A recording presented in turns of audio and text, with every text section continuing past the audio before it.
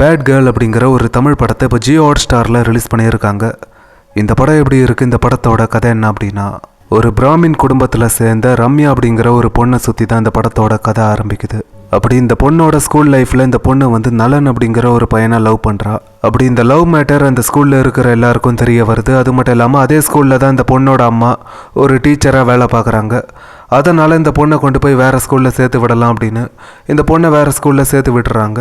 அப்படி இந்த விஷயத்தினால ட்ரிகர் ஆன இந்த படத்தோட ஹீரோயின் அவங்க எப்படி வாழணும் அப்படின்னு சொல்லி கொடுத்துருப்பாங்க இல்லையா அவங்களோட அப்பா அம்மா, அதுக்கு எதிராக நான் வாழ்ந்து காட்டுறேன் அப்படின்னு ஹீரோயின் வந்து அவங்களோட அப்பா அம்மாவோட லைஃபுக்கு அப்படியே ஆப்போசிட்டாக இவங்க வந்து வாழ ஆரம்பிக்கிறாங்க. இதில் இவங்களுக்கு வரக்கூடிய அந்த பிரச்சனைகள்லாம் என்ன, கடைசியில் எந்த மாதிரியான விஷயங்கள்லாம் நடந்துச்சு அப்படிங்கிற இதெல்லாம் தான் இந்த படத்தோட கதை.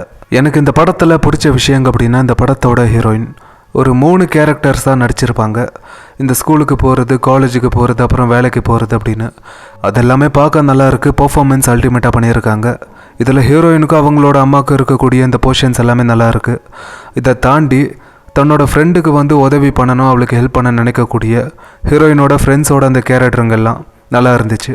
அப்படி இந்த படம் எதை பற்றி பேசுது அப்படின்னா, ஒரு பொண்ணு அடால்ட் ஆனதுக்கப்புறம் அவளுக்கு வரக்கூடிய ஆசைகள், அதில் இருந்து அவள் தெரிஞ்சுக்கக்கூடிய ஒவ்வொரு விஷயங்களுக்கு அப்புறம் அவள் ஒரு மெச்சூரிட்டியான பொண்ணாக மாறும்போது கடைசியாக இந்த உலகத்தில் எப்படி வாழணும், இது எந்த மாதிரியான ஒரு உலகம் அப்படிங்கிறத அவள் தெரிஞ்சுக்கிட்ட மாதிரி இந்த படத்தை முடிச்சிருப்பாங்க.